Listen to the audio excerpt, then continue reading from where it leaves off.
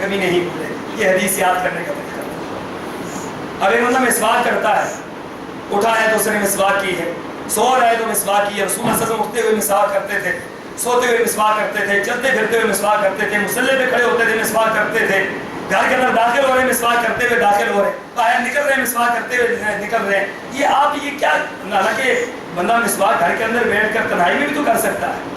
یہ ہر جگہ پر مسواک کیوں کی جا رہی ہے؟ یہ لوگوں کو بتلایا جا رہا ہے, یہ لوگوں کی توجہ دلوائی جا رہی ہے کہ اتنا اہم عمل ہے, اتنا اہم عمل ہے. اب جس بندے نے جیب کے اندر یہاں پہ مسواک رکھی ہوئی ہے, دن میں 5 نمازیں وہ پڑھتا ہے, سوتا بھی ہے, جاگتا بھی ہے, ہر وقت اٹھتا ہے, اس کے ہاتھ میں مسواک ہوتی ہے, تو اس کو کبھی مسواک والی حدیث بھول سکتی ہے؟ اس کو تو کبھی نہیں بھول سکتی.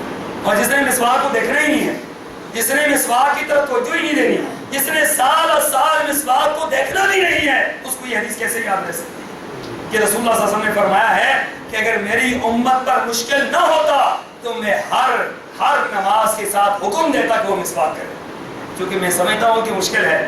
یہ میرے نبی کی رحمت تھی, یہ میرے نبی کی رحمت تھی امت پر کہ انہوں نے اس کا حکم نہ دیا, ورنہ اگر حکم دیتے تو پھر یہ بات بڑی مشکل ہو جاتی. جس پر میرے آقا نے رک گئے ہیں, اللہ کا فضل ہے کہ آپ رک گئے ہیں, اللہ کے نام میں آپ رک گئے ہیں, ہمارے اوپر احسان ہے کہ آپ رک گئے ہیں. اگر آپ حکم دے دیتے تو ہمارے لیے یہ کام بہت مشکل ہے.